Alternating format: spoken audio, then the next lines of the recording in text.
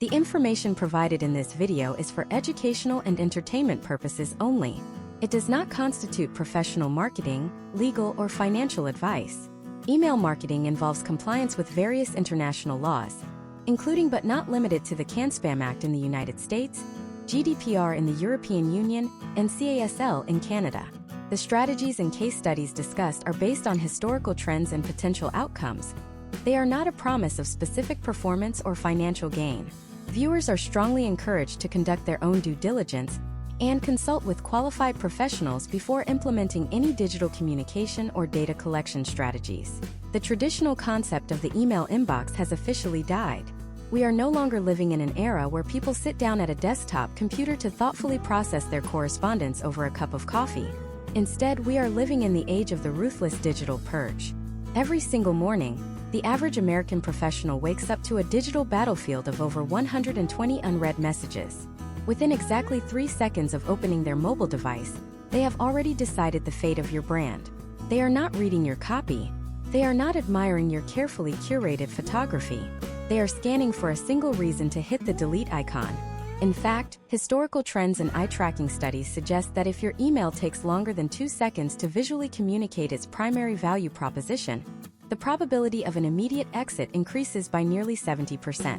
We are operating in a high-stakes environment where a single design flaw, be it a slow-loading image or a cluttered layout, can result in your domain being flagged as spam or your brand being permanently silenced by an unsubscribe click. The open loop we are facing today is simple yet terrifying. If everyone is using the same templates, and everyone is following the same basic advice, how do you prevent your message from becoming invisible background noise? This masterclass solves the fundamental problem of digital invisibility. By the end of this deep dive, you will understand the precise architectural framework required to move a subscriber from a state of passive scanning to active engagement. We are going to strip away the fluff and look at the hard data behind high-converting layouts. We will explore why the psychology of the human eye dictates where your buttons must live, how to navigate the technical nightmare of dark mode rendering, and why your current design might actually be triggering a subconscious stress response in your customers. This is not about making things look pretty. It is about the strategic application of visual hierarchy to drive measurable human behavior. To understand the foundations of effective email design, we must first address the concept of cognitive load. In psychology, cognitive load refers to the used amount of working memory resources. When a subscriber opens your email, their brain is performing a lightning-fast audit. If the layout is dense, the fonts are too small, or the color palette is jarring, the cognitive load becomes too high. The brain, seeking to conserve energy, defaults to the easiest path: closing the app. Historical trends in consumer behavior show that the most successful digital communications in the 2020s have moved toward a philosophy of radical simplification. This does not mean your emails should be boring. It means they must be frictionless. Let us examine the first impression framework, which consists of the 3 elements a user sees before they even open the message: the sender name, the subject line, and the pre-header text. While many view these as purely copywriting challenges, they are actually the first stage of the visual design process. The length of these elements determines how they wrap on a mobile screen. For instance, data indicates that subject lines between 41 and 50 characters see the highest engagement rates because they do not get truncated by the majority of mobile mail clients. The pre-header text, which is often neglected or left to display a default message like "View this email in your browser," is your secondary headline. Effective design utilizes this space to create a visual bridge into the body of the email. Case studies from top-tier e-commerce brands show that when the pre-header text is used to complement the subject line rather than repeat it, open rates can see a lift of up to 15%. Once the user clicks through, we encounter the 3-second rule of visual hierarchy. The human eye typically follows one of 2 patterns when viewing digital content: the F pattern or the Z pattern. The F pattern is common in text-heavy emails, where the reader scans across the top, then down the left side, and across again in shorter bursts. The Z pattern is more common in visual-heavy layouts where the eye moves from the top left to the top right, then diagonally down to the bottom left and finally across to the bottom right. Designing an effective email means placing your most critical information, your hook and your call to action, exactly where these eye paths intersect. If you place your primary button in a dead zone, such as the bottom left corner of a long text block, your potential outcomes for conversion drop significantly. A step-by-step approach to mastering this hierarchy involves the use of the inverted pyramid method. Imagine an upside-down triangle superimposed over your email. The base of the triangle is at the top, representing a large, high-impact header image or a bold headline that grabs attention. As the reader moves down, the triangle narrows, filled with supporting copy or secondary imagery that builds desire. Finally, the tip of the triangle points directly at the call to action button. This visual funnel guides the subscriber's focus toward the single action you want them to take. When you deviate from this structure, for example by including 3 different offers of equal visual weight, you create choice paralysis. Research in behavioral economics suggests that when consumers are presented with too many options, they often choose none at all. We also have to consider the technical reality of the hardware. As of 2026, over 80% of initial email opens occur on mobile devices. This shift has fundamentally changed the requirements for typography and touch targets. A font size that looks sophisticated on a 27-inch monitor may be unreadable on a smartphone held at arm's length. The industry standard has shifted toward a minimum body text size of 16 pixels, with headlines ranging from 22 to 30 pixels to ensure legibility. Furthermore, the buttons, the primary drivers of your ROI, must be designed for human thumbs, not mouse cursors. This means ensuring that every call to action is at least 44 by 44 pixels in size and surrounded by enough white space to prevent accidental clicks on neighboring links. Historical data from mobile usability tests shows that frustrated users who misclick a link are likely to abandon the session entirely rather than trying to navigate back. Finally, we must address the evolution of dark mode. This is no longer an optional design preference. It is a fundamental shift in how operating systems function. Recent data suggests that over 60% of users have dark mode enabled on their devices. If your email design relies on transparent images that disappear against a black background, or if your brand colors vibrate uncomfortably when inverted, your message becomes a visual nuisance.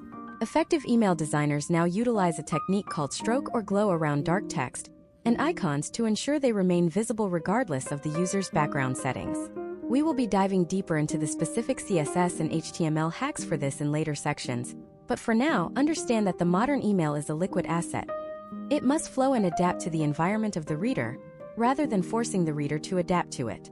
This mastery of the technical and the psychological is what separates a viral brand from a forgotten one. To master the psychological battlefield of the inbox, we must begin with the foundation of all visual communication: the science of color theory and its direct impact on consumer behavior in 2026. Imagine a subscriber named Alex, a project manager in Seattle, who is scanning through his notifications during a 5-minute break. His brain is processing visual stimuli at a rate of 60,000 times faster than text. If your email opens with a chaotic palette of clashing neon colors, Alex experiences an immediate spike in cortisol. This is not just a stylistic choice, it is a biological reaction. Historical trends in digital marketing have shown that the most successful brands utilize the 60-30-10 rule to maintain visual harmony. This rule dictates that 60% of your email should be a dominant neutral color, typically white or a very light gray, to provide breathing room. 30% should be your secondary brand color, used for headers or background blocks, and 10% should be your high-contrast accent color, reserved strictly for your call to action. A compelling case study from a major US-based sustainable apparel brand in early 2026 illustrated the power of this ratio. They originally utilized a heavy, dark green background for their entire newsletter, hoping to convey an organic feel. However, their click-through rates were stagnant. By flipping the design to a 60% off-white background and using that same dark green for only 30% of the structural elements, they saw a 14% increase in engagement. The reason was simple. The increased white space reduced the cognitive load for subscribers like Alex, allowing the actual product images to stand out. When you design with a dominant neutral base, you are essentially creating a clean stage for your message to perform on. Step by step, you must evaluate your accent color based on the isolation effect, also known as the von Riestorff effect. This principle suggests that when multiple similar objects are present, the one that differs from the rest is most likely to be remembered.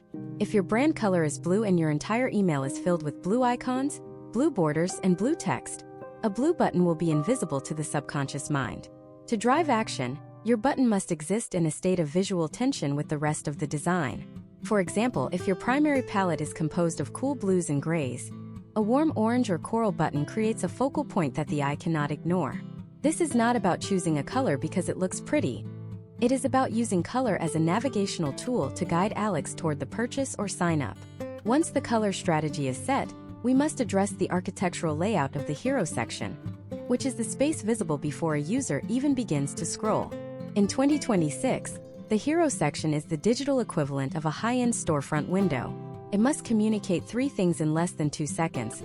What is this? Why does it matter to me? And how do I get it? A common mistake is using a massive, high-resolution image that takes 3 seconds to load over a standard mobile 5G connection. Historical data suggests that for every second of load time, you lose roughly 10% of your audience. Therefore, the technical design of your hero section must prioritize performance. This involves using modern image formats like WebP, which provide high-quality visuals at a fraction of the file size of traditional JPEGs.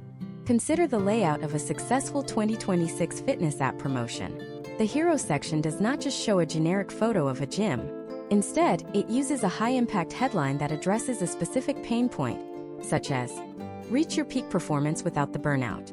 Beneath this, a subheadline provides social proof or data, noting that over 50,000 professionals have optimized their schedules using this specific framework. The call to action is a large, tap-friendly button with a high-contrast color. This layout follows the inverted pyramid model, where the headline forms the wide base of interest, the subheadline narrows that interest into a specific desire, and the button serves as the narrow point of action.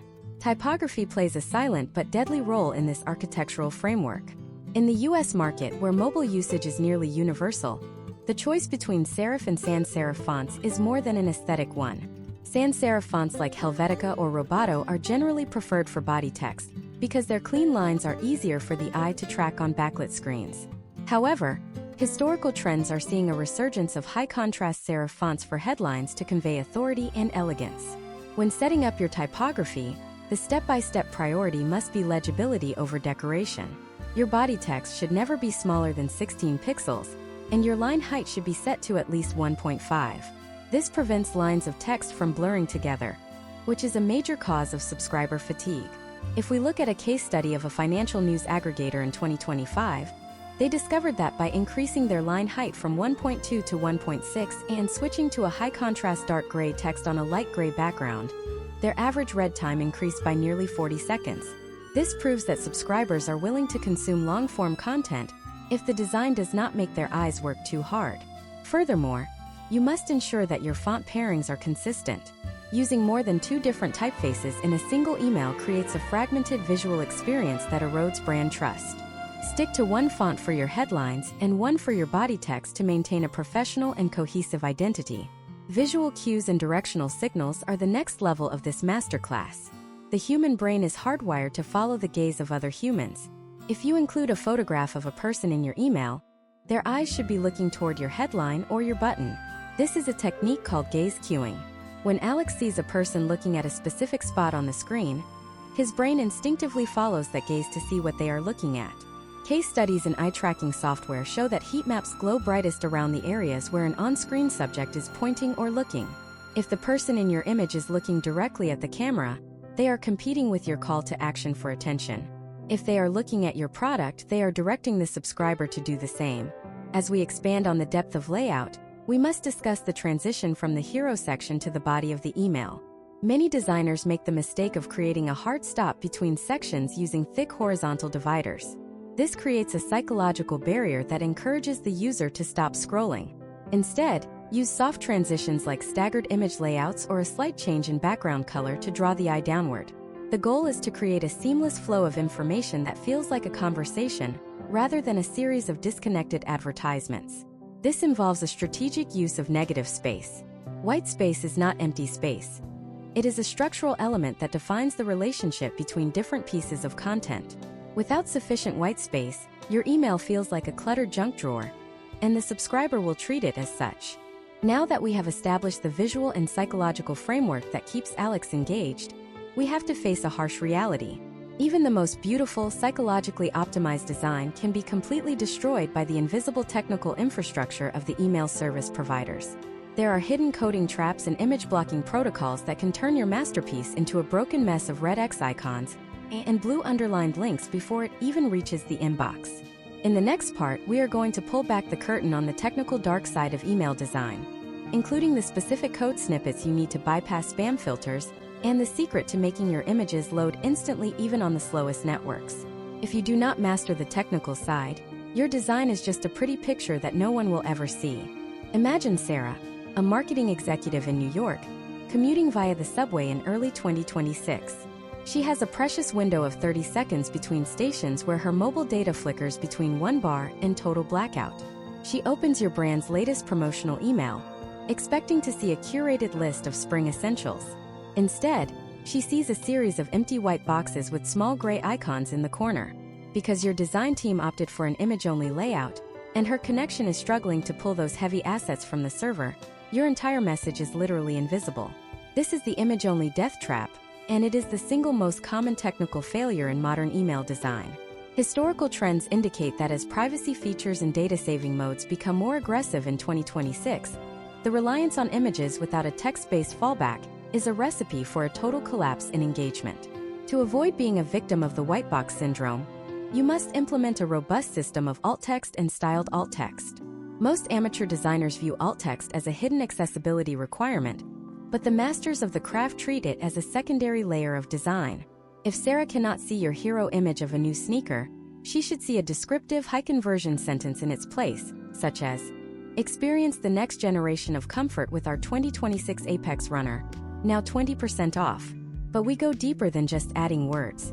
In 2026, you can use inline CSS to style that alt text. You can specify the font family, the color, the weight, and even the alignment so that the text looks like a designed element of the email, even when the image fails to load. Case studies from leading retail giants show that emails using styled alt text maintain a 40% higher click-through rate in low-bandwidth environments compared to those that leave the alt text blank or unstyled. The next technical hurdle is the phenomenon of image blocking. Many corporate email clients, especially within the United States legal and financial sectors, have images turned off by default as a security measure. If your call to action is a button that was exported as a PNG file, that button is now a ghost. This is where the concept of the bulletproof button becomes mandatory. A bulletproof button is not an image. It is a snippet of HTML and CSS code that renders a button using background colors and borders. Because it is made of code, it loads instantly regardless of the connection speed, and it is never blocked by an email client. The step-by-step construction of a 2026 standard bulletproof button involves using a combination of padding for the hit area and a centered text link. For maximum compatibility with legacy versions of Outlook, which still utilize the word rendering engine, you must use vector markup language or VML code to ensure the button retains its rounded corners and drop shadows. This level of technical granularity is what ensures your call to action remains a vibrant, clickable focal point for a user like Sarah, even in the most restrictive viewing environments. Loading speed is no longer a luxury. It is a primary ranking factor for user patience. In 2026, we have moved beyond the basic JPEG and PNG formats. To achieve a professional-grade masterclass design, you must utilize WebP and AVIF formats. These next-generation image formats provide superior compression and quality, often reducing file sizes by 50 to 70% compared to traditional formats. Imagine the potential outcomes of reducing an email's total weight from 2 megabytes down to 400 kilobytes. For a subscriber on a limited data plan or a congested 5G network, that is the difference between an email that snaps open instantly and one that feels like a chore to load. Historical data suggests that emails over 100 kilobytes in total HTML size are often clipped by Gmail, meaning the bottom half of your email, usually containing your most important links and your unsubscribe button, is hidden behind a view entire message link. This clipping is a conversion killer. Every line of unnecessary code and every unoptimized image increases the risk of your message being cut off. Let us look at a case study involving a fictional but representative tech retailer during the 2026 New Year's sale. They sent out a visually stunning email featuring 5 high-definition GIFs showing their latest gadgets in action. However, the combined file size of those GIFs was over 12 megabytes. The result was a technical disaster. Not only did the email take nearly 10 seconds to load on mobile devices, but it also caused the mobile mail app to lag and crash on older smartphone models. Their bounce rate soared, and their domain reputation took a hit as users flagged the email as broken or suspicious. The lesson here is the rule of 2. Never use more than 2 animated elements in a single email, and keep the total weight under 1 megabyte. If you must use motion, consider utilizing CSS animations for simple effects like pulsing buttons or sliding text, as these require zero extra bandwidth compared to a heavy GIF file. The technical dark side also includes the invisible structure known as the ghost table. Because of the fragmentation of email clients, ranging from the modern Apple Mail to the ancient versions of Outlook used in many US government offices, you cannot rely on modern web layout techniques like Flexbox or Grid. You must build your emails using nested tables. This feels like designing in 1999, but it is the only way to ensure your design does not shatter when it hits a difficult inbox. A ghost table is a specific piece of code that tells Outlook how to render a multi-column layout without affecting how that same layout looks on an iPhone. By wrapping your responsive divs in these conditional tables, you create a fluid experience that looks identical on a 30-inch desktop monitor and a 6-inch mobile screen. Furthermore, we must address the 2026 Standard for Accessibility and the ADA, Americans with Disabilities Act, compliance within digital communications. Designing for accessibility is not just about being inclusive, it is about reaching the largest possible audience. This means ensuring your color contrast ratios are at least 4.5 to 1, using semantic HTML like header tags so screen readers can navigate your content, and avoiding the use of flickering animations that could trigger photosensitive responses. Historical trends show that brands that prioritize accessibility see an uplift in overall engagement because their emails are simply easier to read for everyone, not just those with visual impairments. As we master these technical foundations, we begin to realize that an email is more than just a piece of code or a pretty picture. It is a psychological journey. You have successfully navigated the spam filters, you have bypassed the image blockers, and you have ensured your layout is bulletproof across every device in the United States. But now that Sarah can actually see your email, we face the most difficult challenge of all: the psychology of the click. Why do some people read every word while others delete without a second thought? The secret lies in the invisible triggers of copy and the subconscious cues of human behavior. In the next part, we are going to dive into the neurolinguistic programming of email copywriting, where we reveal the specific phrases that trigger curiosity and the one psychological flaw in the human brain that you can use to make your content unskippable. If you think your headlines are good now, wait until you see the data on how a single word change can triple your click rate. The fundamental psychological flaw we are looking at is known as the Zeigarnik effect. Named after psychiatrist Bluma Zeigarnik, this principle dictates that the human brain experiences a state of cognitive tension when it encounters an uncompleted task or an unresolved piece of information. In the context of the 2026 digital inbox, this is the engine behind the curiosity gap. Imagine Jordan, a freelance graphic designer in Chicago, sitting in a crowded coffee shop. His phone buzzes. He sees a subject line that says, "The one mistake costing you 2 hours every morning." Jordan's brain immediately seeks closure. He cannot simply ignore that information because the loop is open. If the subject line had said, "Use a calendar to save 2 hours," the loop would be closed. He would have the information, and the tension would vanish, leading him to delete the email without opening it. Historical trends in 2026 show that subject lines utilizing the Zeigarnik effect by withholding the resolution see an average open rate increase of 22% compared to descriptive, closed-loop headlines. To implement this step by step, you must first identify the core value proposition of your email. Let us say you are sharing a case study about productivity. Step 1 is to strip away the conclusion.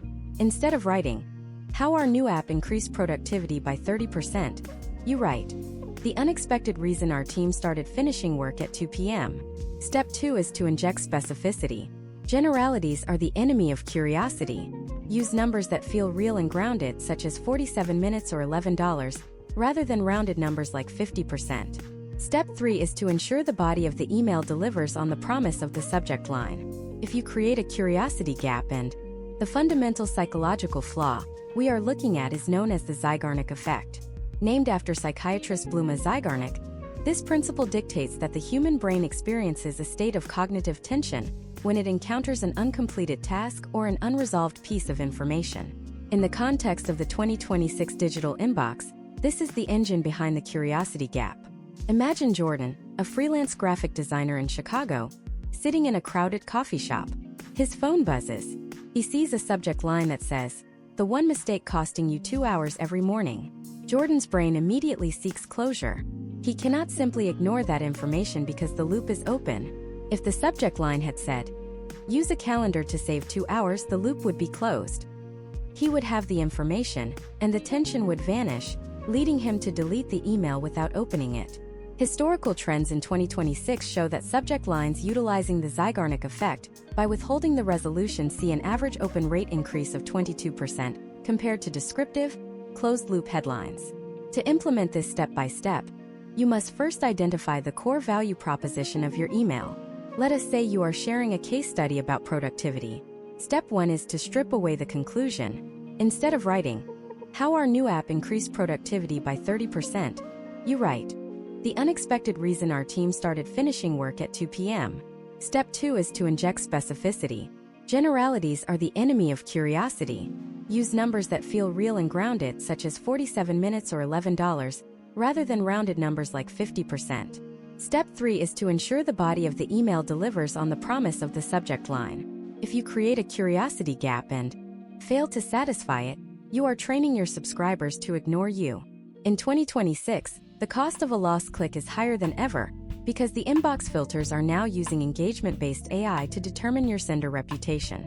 If users open your emails but immediately close them because the content did not match the hook, your domain will eventually be relegated to the Promotions tab or, worse, the spam folder. This brings us to the next evolution of email design: the transition from static templates to dynamic, adaptive experiences. We have moved past the era where simply inserting a first name tag was considered personalization. In the current landscape, true effectiveness is found in the segment of one philosophy. Imagine Marcus, a freelance architect living in Austin, Texas. It is a humid Tuesday afternoon in 2026, and a cold front is about to drop the temperature by 20 degrees. Marcus opens an email from his favorite outdoor gear retailer. Instead of seeing a generic spring collection, the hero image is a high-resolution shot of a waterproof shell jacket, and the headline reads, "Ready for the Austin cold front?" This is not magic. It is the strategic use of real-time data feeds and dynamic content blocks. Historical trends show that emails utilizing weather-based or location-based triggers see a 45% lift in click-to-open rates. By the end of this section, you will understand the technical framework required to build these adaptive modules, so your emails feel like a personal concierge rather than a broadcast. Step 1 in building an adaptive email is the implementation of modular design systems. Instead of designing a single rigid layout, you must design a library of components that can be rearranged or swapped based on user data. In 2026, we use Liquid Logic or similar templating languages to create conditional statements within the HTML. For example, if the user's last purchase was in the cycling category, the primary hero block displays a mountain bike. If their last purchase was running shoes, it displays a trail runner. This level of visual relevance reduces the time it takes for a user to find value, which directly counters the 3-second attention span problem we discussed earlier. Let us look at a case study involving a mid-sized United States subscription service called FreshPath. In late 2025, they moved away from a one-size-fits-all weekly newsletter. They developed a modular system where 60% of the email stayed consistent for brand recognition, but the remaining 40% was populated by a predictive AI model. If a subscriber frequently skipped vegan meals, the email would automatically hide vegan-related content and replace it with high-protein options. The potential outcomes were staggering: a 32% decrease in unsubscribe rates and a 19% increase in average order value. This works because the design adapts to the user's preferences in real time, removing the friction of irrelevant information. A step-by-step breakdown of implementing dynamic images involves the use of image generators that operate at the moment of open. When Marcus opens his email, the server detects his IP address, determines his local weather and time, and pulls a specific image layer from a database. This is far more effective than traditional segmentation because it accounts for the user's current context. If you are designing for a travel brand, your email could show a sunny beach if it is raining in the subscriber's city, or a cozy fireplace if it is snowing. This psychological bridge between the user's physical environment and your digital offer creates a powerful sense of timeliness that static designs simply cannot match. However, we must balance this with the 2026 Privacy Shield protocols. With the rise of advanced privacy features in mobile operating systems, we can no longer rely on every piece of tracking data. This has led to the rise of zero-party data design. This is where you use the email itself to ask the user what they want to see. Instead of guessing based on their browsing history, you design interactive polls or preference centers directly within the body of the email. Case studies from the fashion industry have shown that simple two-choice polls, such as asking if the user prefers minimalist or maximalist styles, can provide enough data to power a 6-month personalized campaign. The design of these polls must be frictionless, use large, tappable areas, and provide immediate visual feedback when a choice is made.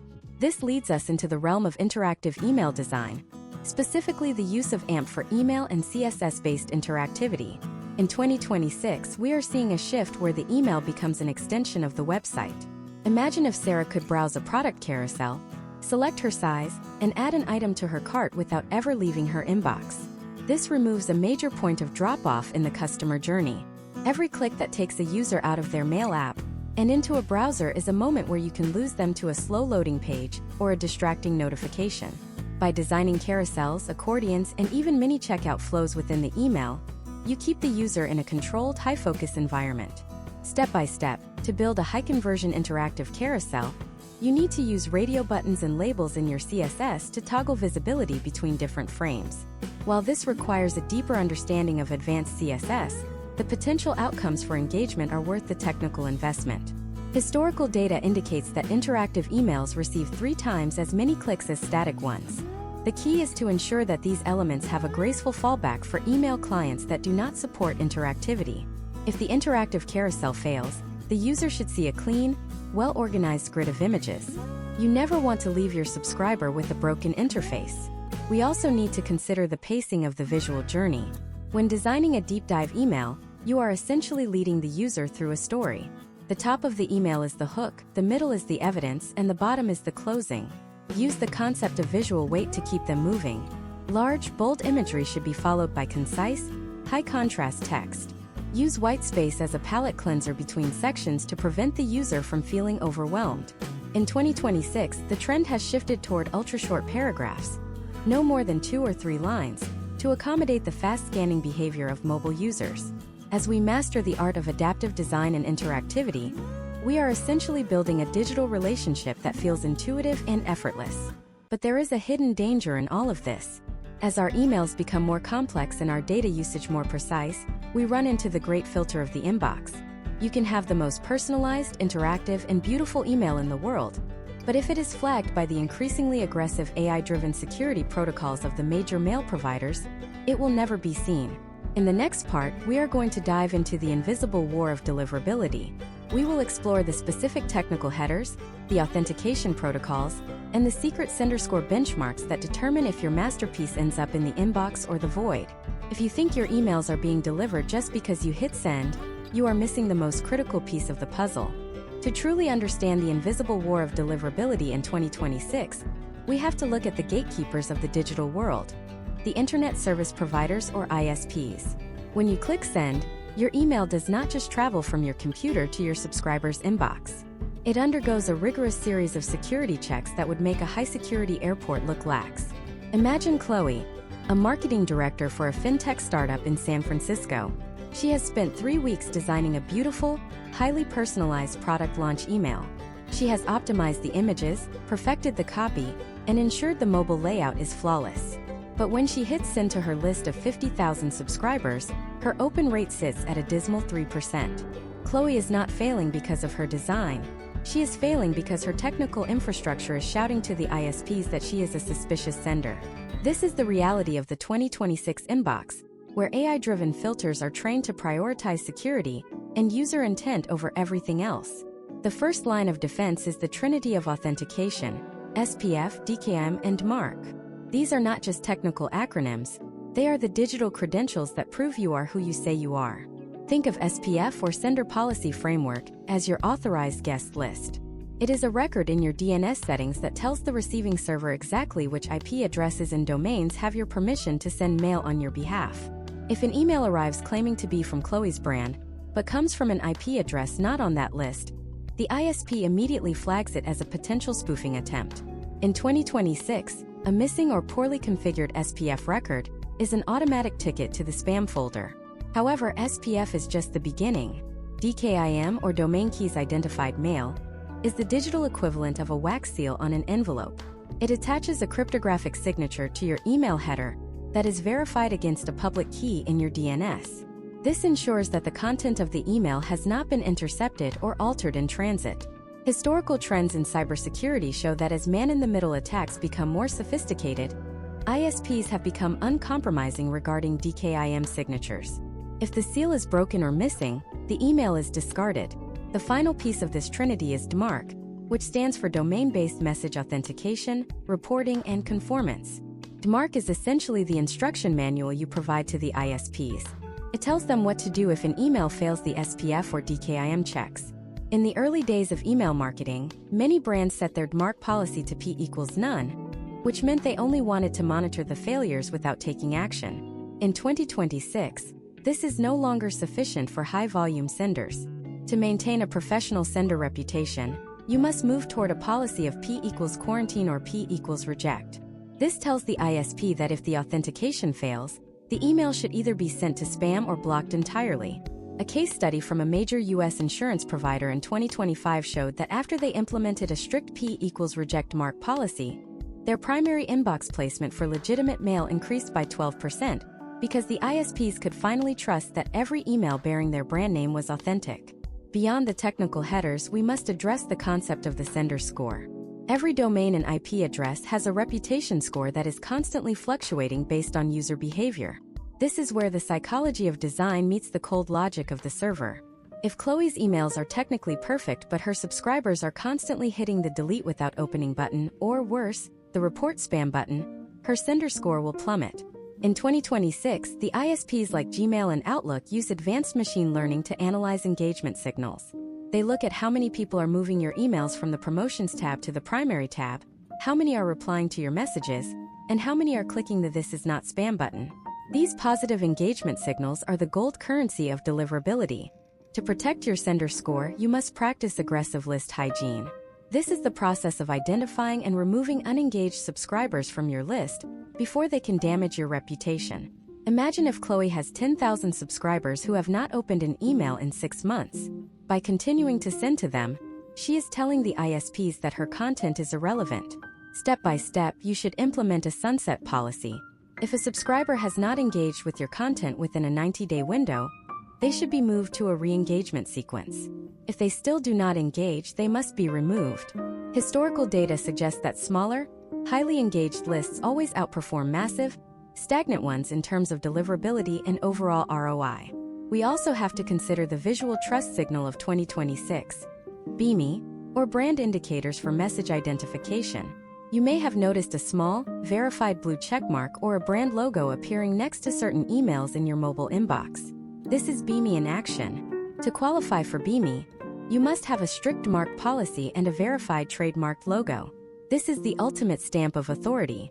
Case studies from top-tier American retailers have shown that emails with the BIMI verified logo see a nearly 10% increase in open rates. It provides immediate visual confirmation to a cautious subscriber like Chloe that the email is legitimate and safe to open. However, even with perfect authentication, your design choices can still trigger the spam filters. This is the invisible minefield of content-based filtering. In 2026, the filters are no longer just looking for words like winner or free. They are looking for patterns of behavior. For example, using a single large image as your entire email is a classic spammer tactic used to hide text from filters. This will almost certainly lead to a deliverability failure. You must maintain a balanced image-to-text ratio, ideally around 60% text and 40% images. Furthermore, the use of URL shorteners like bit.ly is a major red flag for ISPs because they are frequently used by bad actors to mask malicious landing pages. Always use full, branded links to maintain transparency. The technical architecture of your links is just as important as the links themselves. If your email contains links to a domain with a poor reputation or a domain that has been blacklisted, your entire email will be dragged down with it. This is why you must be extremely selective about the third-party tools and platforms you integrate into your emails. Historical trends indicate that as privacy laws in the United States become more stringent, ISPs are also looking for a clear and easy-to-find unsubscribe link. If you try to hide your unsubscribe button or make the process difficult, users will simply report your email as spam, which is far more damaging to your reputation. As we navigate this complex landscape of servers, signatures, and scores, we begin to see that the most effective emails are those that are built on a foundation of trust. You have secured your domain, you have authenticated your identity, and you have cleaned your list. You are now part of the elite group of senders who actually reach the primary inbox. But reaching the inbox is only half the battle. Now that you are there, how do you ensure the subscriber takes the action you want? How do you move beyond the click and into the realm of true conversion? In the next part, we are going to explore the art of the post-click experience. We will analyze the data on landing page transitions, the secret of the 1-second bridge, and how to design a journey that feels so seamless the subscriber doesn't even realize they've left their inbox. If you think the email ends at the click, you are leaving 70% of your potential outcomes on the table. The 1-second bridge is the psychological threshold where most digital campaigns succeed or fail. Imagine Elena, a freelance consultant in Denver, navigating her inbox on a high-resolution foldable device in late 2026. She clicks a beautifully designed call to action in an email from a premium software provider. The email was sleek, utilized a dark mode-friendly palette of charcoal and electric violet, and featured a specific, serif-heavy typographic style that conveyed authority. However, when the landing page loads, she is greeted by a bright white background, standard sans serif fonts, and a layout that feels entirely disconnected from the message she just read. In that 1 second of transition, Elena experiences a state of cognitive dissonance. Her brain instinctively flags the experience as inconsistent, which triggers a subconscious defensive response. Historical trends in user experience design show that this visual disconnect can lead to a 40% increase in immediate bounce rates. To Elena, it feels like she has walked into the wrong room, and her first instinct is to leave. To master the post-click experience, you must implement the concept of the aesthetic handshake. This is a step-by-step process of ensuring that every visual element from the email is mirrored on the destination page. Step 1 is the hex code alignment. It sounds fundamental, but many brands use slightly different variations of their brand colors across their email service providers and their web CMS. In 2026, the human eye is more attuned to digital inconsistencies than ever before. If your email button is hex code #6366F1, your landing page headline must match that exact frequency. Step 2 is hero image continuity. If you featured a specific lifestyle photograph of a person using your product in the email, that exact same image, or a very close variation from the same photo shoot, must be the first thing the user sees on the landing page. This visual anchor tells the subscriber's brain that they are in the right place, and that the promise made in the email is about to be fulfilled. Case studies from top-tier American e-commerce platforms in 2026 have demonstrated that a concept called message match is the strongest predictor of conversion. Message match is the measure of how well your landing page headline mirrors your email's call to action. If your email button says, "View the 2026 summer collection," but your landing page headline says, "Welcome to our store," your message match is low. However, if the landing page headline repeats the exact phrase, "The 2026 summer collection," the conversion potential increases significantly. This is because you are reducing the cognitive load required for the user to orient themselves. You are not asking them to think. You are leading them through a predefined path. Technical latency is the silent killer of the post-click journey. In 2026, with the ubiquity of satellite-based high-speed internet and advanced 5G networks, the tolerance for load times has dropped below the 400 millisecond mark. If your landing page takes more than half a second to render, you are effectively deleting your own revenue. To combat this, elite designers are now utilizing prefetching techniques. This involves using a small snippet of code within the email that instructs the subscriber's browser to start loading the landing page assets in the background the moment the email is opened. By the time the user actually clicks the button, the page is already cached and appears to load instantly. Historical data suggests that moving from a 2-second load time to a sub-500 millisecond load time can result in a 25% lift in total conversion outcomes. We must also address the 2026 shift toward progressive profiling within the post-click experience. Imagine if Elena clicks through to a registration page and is immediately faced with a form asking for 12 different pieces of information. Even if she was highly motivated by the email, the friction of that form will likely cause her to abandon the task. The masterclass approach is to design a multi-step, frictionless transition. Instead of a long form, use the data you already have from the email click to pre-fill as many fields as possible. If you know her name and her industry because she is on your list, those fields should already be populated. The landing page should only ask for the next logical piece of information. This creates a sense of momentum rather than a sense of work. Furthermore, the transition must be device-aware. In 2026, the disparity between a mobile web experience and a native app experience is narrowing, but the technical requirements remain distinct. If Elena is on her mobile device, your email should utilize deep linking. This is the technology that detects if she has your brand's app installed, and if so, bypasses the mobile browser entirely to open the specific product page within the app. Historical trends show that users are 3 times more likely to complete a transaction within a native app than on a mobile website. The design of the email must account for this by ensuring that all links are configured to handle these app switches seamlessly without broken redirects or security warnings. As we go deeper into the architecture of the landing page, we must consider the use of microconversions. Every click on your page should be treated as a small victory that builds toward the final goal. For example, instead of an immediate Buy Now button, you might use a What is your style? Quiz that leads the user through 3 quick visual questions. Each click reinforces their commitment to the process. Case studies from the U.S. financial services sector have shown that breaking a complex application into 4 small, visually engaging steps results in a 50% higher completion rate than a single-page long form. The design of these steps must mirror the minimalist, high-contrast aesthetic of the original email to maintain the flow state. Lastly, we must talk about the haptic handshake. In 2026, many mobile devices provide subtle physical feedback when a user interacts with a high-value element. If your email design includes a button that feels substantial, the transition to the landing page should continue that tactile experience.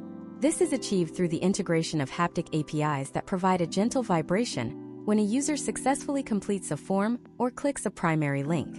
This sensory reinforcement bridges the gap between the digital and the physical, making the brand feel more tangible and trustworthy to someone like Elena. We have now designed the perfect email, secured its delivery into the primary inbox, and built a seamless high-speed bridge to a high-converting landing page. You are operating at a level that most marketers will never reach. But even with all of this infrastructure in place, there is one variable that can still cause everything to fall apart: the data. If you are not measuring the right things, you are flying blind. In the next part, we are going to dive into the world of advanced analytics and A/B testing frameworks. We will reveal why the traditional open rate is a vanity metric that might be lying to you, and we will show you the 3 secret data points that actually tell you if your design is moving the needle. If you want to know how the world's most successful brands iterate their way to viral growth, the next 10 minutes are non-negotiable. To understand why your current data might be deceiving you, we have to address the elephant in the room of 2026 digital marketing: the total collapse of the traditional open rate as a reliable metric. Ever since the widespread adoption of advanced mail privacy protection protocols across all major mobile operating systems, the act of opening an email has become technically obscured.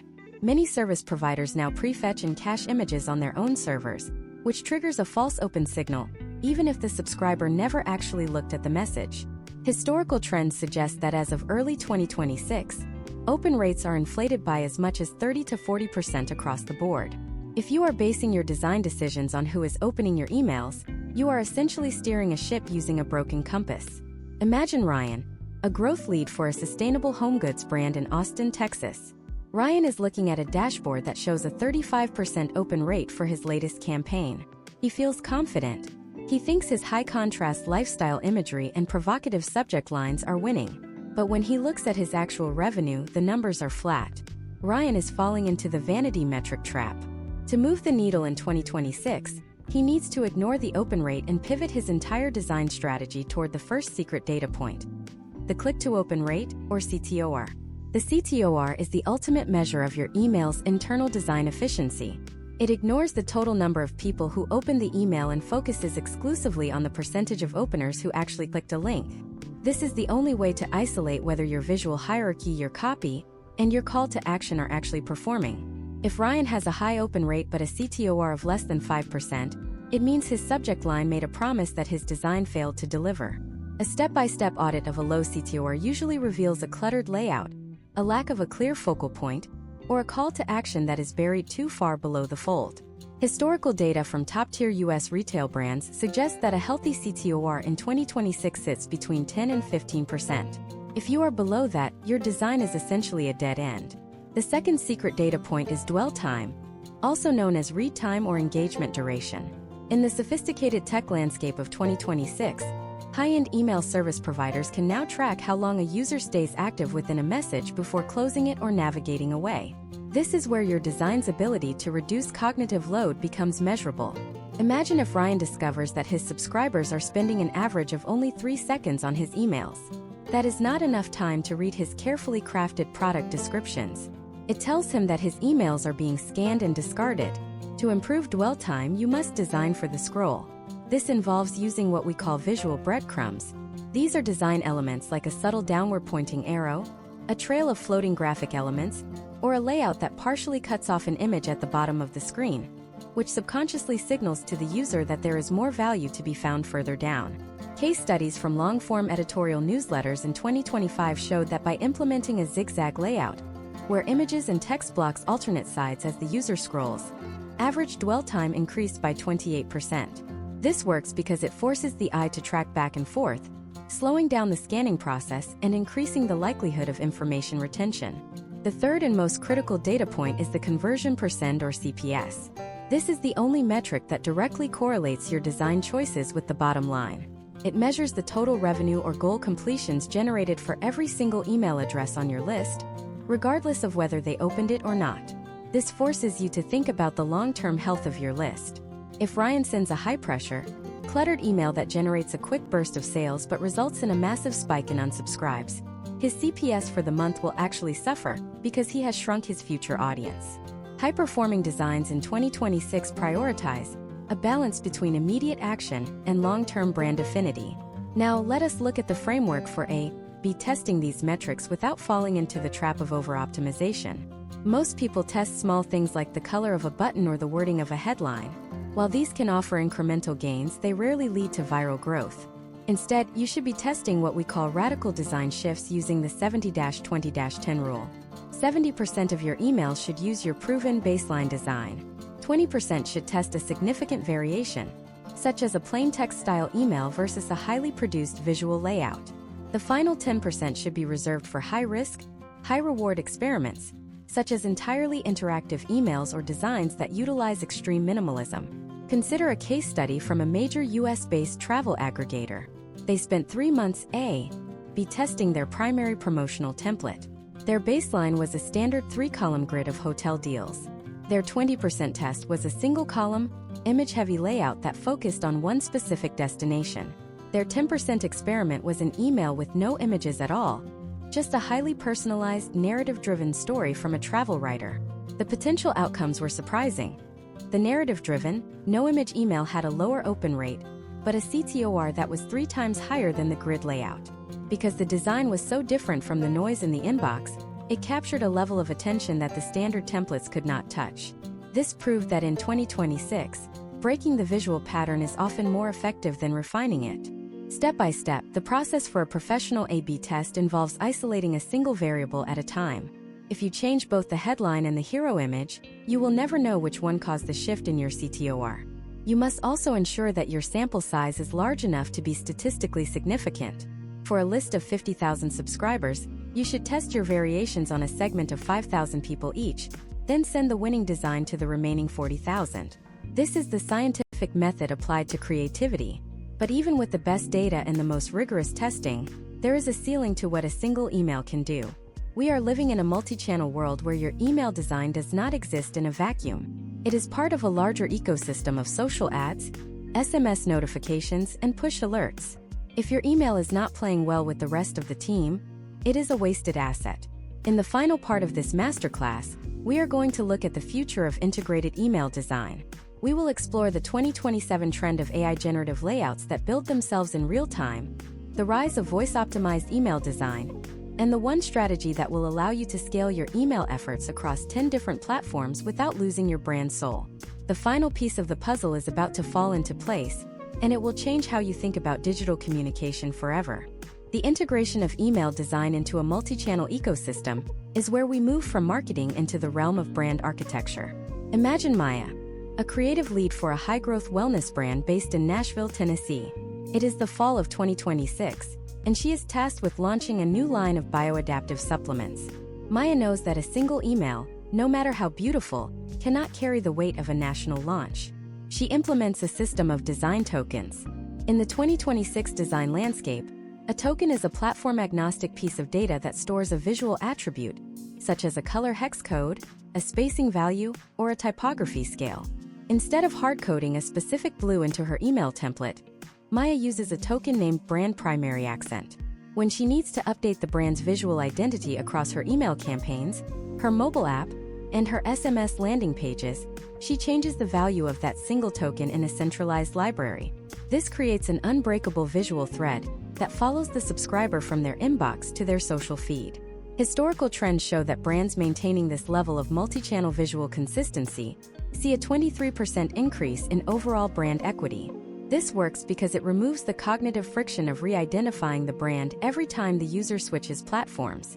As we scale this design, we encounter the newest frontier of the 2026 inbox: voice-optimized email design. With the release of next-generation virtual assistants that can process and narrate complex visual information, your emails are increasingly being heard rather than seen. When a subscriber asks their device to read their unread messages while driving through morning traffic, the way you have structured your HTML becomes the script for that experience. A professional masterclass in 2026 requires the implementation of a semantic audio layer. This is not just about alt text for images. It is about using specific ARIA labels and roles to tell the voice assistant which parts of the email are headlines, which are lists, and which are the primary calls to action. If your email is a jumble of nested tables without semantic tags, the voice assistant will struggle to provide a coherent summary, and your message will be skipped. Case studies in the US tech sector have shown that emails optimized for voice interaction see a 15% higher engagement rate among busy professionals who utilize eyes-free browsing modes. Step by step, to optimize for voice, you must first eliminate all non-essential decorative characters that a screen reader might mistakenly narrate. Second, you must ensure your hierarchy is logical. A voice assistant will read from top to bottom, so your most critical value proposition must be in the first 20 words. Third, you must use descriptive linked text. Instead of a button that says "click here," which provides no context when read aloud, use "Join the 2026 Wellness Summit." This level of detail ensures that your brand's voice is as clear in an audio format as it is on a liquid retina display. Moving toward the 2027 horizon, we must discuss the rise of AI generative layouts. We are entering an era where the concept of a static template is becoming obsolete. In 2026, advanced email platforms are beginning to utilize generative adversarial networks to build layouts in real time at the moment of open. Imagine if the email Maya sends to a subscriber in New York looks completely different from the one sent to a subscriber in Los Angeles, not just in content but in structural design.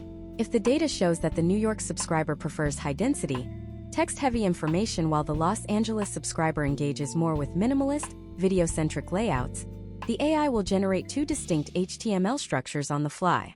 This is hyper-personalization at the atomic level. Historical data from early adopters of generative layout technology suggests that this approach can lead to a 40% increase in dwell time, because the interface itself is optimized for the individual's unique cognitive style. However, the secret to scaling these AI-driven efforts without losing your brand's soul lies in the creation of a generative brand kit. This is a set of hard constraints that you feed into the AI to ensure it never deviates from your core identity. This includes your specific typographic ratios, your allowed whitespace margins, and your tonal boundaries for imagery. Without these constraints, an AI-generated layout might be technically efficient at driving clicks, but visually destructive to your brand's long-term reputation.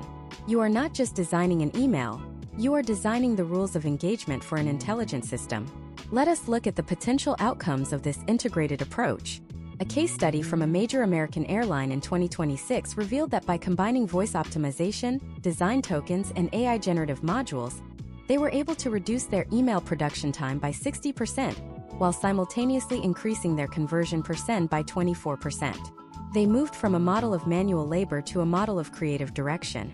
The designers were no longer pushing pixels. They were defining the logic that governed millions of unique, high-performing experiences. This is the ultimate goal of the Deep Dive Masterclass: to move you from a technician to an architect. To maintain this level of performance, you must also navigate the 2026 Privacy Sandbox. As third-party cookies have vanished and first-party data has become the only reliable source of truth, your email design must act as a data-gathering engine. This involves the strategic use of micro-interactions, as we discussed in earlier parts, but with a focus on progressive profiling. Every choice a user makes within your email, whether they click on a specific product category or interact with a poll, must be fed back into your centralized data token system. This creates a self-optimizing loop where each email is smarter than the last. If Maya knows that a subscriber has consistently engaged with her brand sustainability content via email, her next SMS notification and her next Instagram ad will automatically lead with a sustainability angle. The email is the anchor of the entire customer journey. As we conclude this deep dive, we have to recognize that the technology will continue to evolve, but the core principles of human psychology remain constant. People want to feel seen, they want to feel understood, and they want their time to be respected. Effective email design is the art of delivering that respect at scale. You have learned how to bypass technical filters, how to build for every device, how to trigger the subconscious curiosity of the brain, and how to bridge the gap between the inbox and the transaction. You now possess the framework used by the top 1% of digital communicators in the United States. The journey from a viral channel to a global brand is paved with the data points and design choices we have explored over these 10 parts. But there is one final, high-stakes question that every designer must face as we head into the next year. As AI begins to handle the execution, what is the role of the human creator? The answer lies in the one thing an algorithm cannot replicate: the ability to tell a story that moves the human heart. In our next masterclass series, we are going to explore the high-level strategy of narrative design, where we reveal how to turn a sequence of emails into a cinematic brand experience that people don't just open, but actually look forward to receiving. If you think you've mastered the art of the click, wait until you see how to master the art of the relationship. The next evolution of your brand begins with the story you are about to tell.